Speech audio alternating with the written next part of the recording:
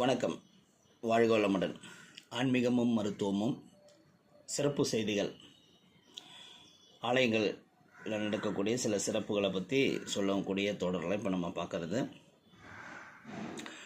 பொதுவாக தீமிதி திருவிழான்னா நான் பார்த்த வரையில் மாலை சூரிய அஸ்தமன நேரத்தில் தீமிதி திருவிழா, தீ மிதிக்கப்படும், பூ மிதித்தல்னு சொல்லுவாங்க. அந்த மாதிரி தான் நிறையா பார்த்துருக்குறேன். ஆனால் இந்த வழக்கத்துக்கு மாறாக ஒரு மாரியம்மன் கோயிலில் காலை சூரிய உதயத்தின் போது தீமிதி உற்சவம் நடக்கிறது.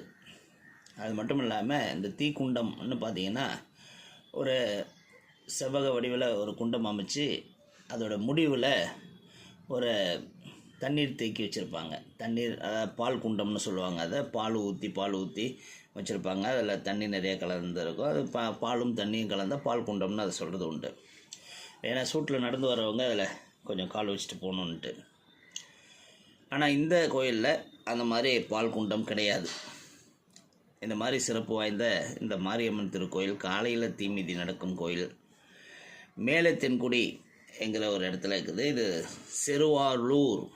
செருவாலூருங்கிற ஒரு வில்லேஜில், திருவாரூர் மாவட்டம் நன்னிலத்தில் பக்கத்தில் இருக்கிற செருவாலூர் கிராமத்தில் மேலே தென்குடிங்கிற இடத்துல இருக்கிற மாரியம்மன் திருக்கோயிலில் தான் இந்த மாதிரி தீமிதி திருவிழா காலை உதய நேரத்தில் நடக்குது.